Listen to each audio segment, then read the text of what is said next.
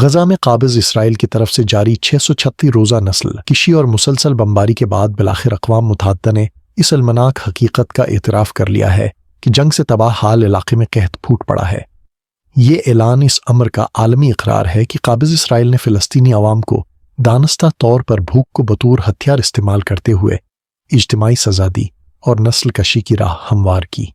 سوال یہ ہے کہ اس اعتراف کے بعد عملی طور پر کیا اقدامات اٹھائے جائیں گے تاکہ 2 ملین سے زائد فلسطینی شہریوں کو بمباری یا بھوک سے مرنے سے بچایا جا سکے۔ عالمی سطح پر قحط کی نگرانی کرنے والی تنظیم IPC نے جمعہ کو اعلان کیا کہ غزہ کی گنجان آبادی والے علاقے میں قحط برپا ہو چکا ہے۔ رپورٹ کے مطابق 5 لاکھ سے زائد فلسطینی انسان ناقابل برداشت بھوک اور شدید غذائی قلت کا سامنا کر رہے ہیں۔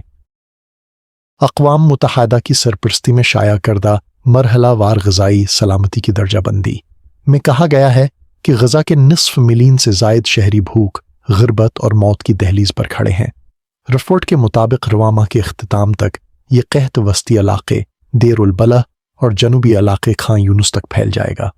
ادارے نے خبردار کیا ہے کہ قحط کو روکنے کے لیے فوری اقدام نہ کیا گیا تو جون 2026 تک غذائی قلت تیزی سے بڑھ جائے گی۔ اگرچہ قابض اسرائیل نے اکتوبر 2023 میں اپنے حملے کے آغاز پر ہی کھانے پینے کو بطور ہتھیار استعمال کرنے کا اعلان کیا تھا، لیکن بعد ازاں اس نے حقیقت چھپانے کی خاطر محدود اور نمائشی امداد کے بہانے تراشے جو کسی بھی طور انسانی ضروریات کو پورا نہیں کرتے۔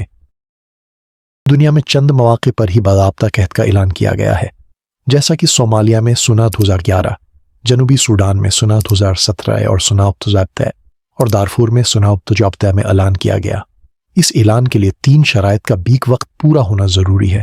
کم از کم 20% گھرانے شدید غذائی قلت کا شکار ہوں، 30% بچے شدید غذائی کمی سے متاثر ہوں اور ہر 10,000 افراد میں روزانہ 2 افراد سے زائد کی موت بھوک اور فاقوں سے واقع ہو رہی ہو۔ اقوام متحدہ کے سیکرٹری جنرل انتونیو گوتریس نے 2 ٹوک الفاظ میں کہا کہ غزہ میں قحط کوئی حادثہ نہیں بلکہ قابض اسرائیل کی جانب سے دانستہ طور پر پیدا کردہ تباہی ہے۔ یہ انسانیت پر ایک سنگین اخلاقی الزام ہے۔ گوتریس نے کہا کہ جب الفاظ غزہ کے جہنم کو بیان کرنے سے قاصر ہو گئے تو اب ایک نیا لفظ شامل ہو گیا ہے، قحط۔ یہ صرف کھانے کی کمی نہیں بلکہ انسان کو زندہ رکھنے والے پورے نظام کا شعوری انہدام ہے۔ یہ حقیقت کسی سے پوشیدہ نہیں کہ قابض اسرائیل نے سنہ 2006 سے غزہ کا محاصرہ کر رکھا ہے اور یہاں داخل ہونے والی خوراک اور اشیاء ضروریہ کی مقدار کیلوریز کی پیمائش کے تحت متعین کی جاتی رہی ہے تاکہ لوگ صرف زندہ رہ سکیں، مگر اکتوبر سنہ 2023 کے حملے کے بعد اس درندگی کو کئی گنا بڑھا دیا گیا۔